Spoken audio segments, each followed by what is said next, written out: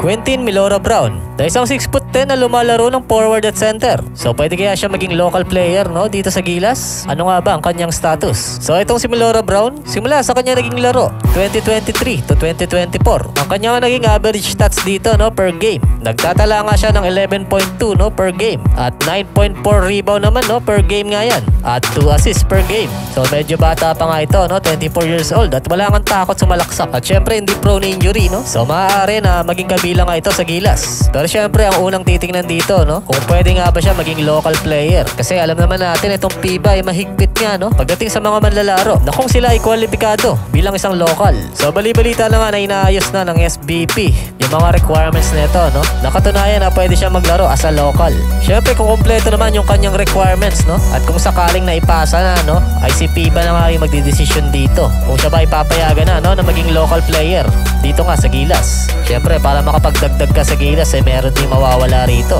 Maaari nga siyang pumalit, no, dito kay Japet Aguilar, dahil syempre ay tumatanda na rin itong pioneer ng Gilas na si Japet. Kaya kung sakasakali man na maging local ito, ay maaari niya ipaubaya, no, dito kay Milora Brown yung kanyang pwesto. So malaking bagay din kung ito nga ay makakapasok dito sa Gilas, dahil kinukulang na sa puwersa ang ilalim nitong Gilas dahil nga sa kawalan ng isang Kai Sotto.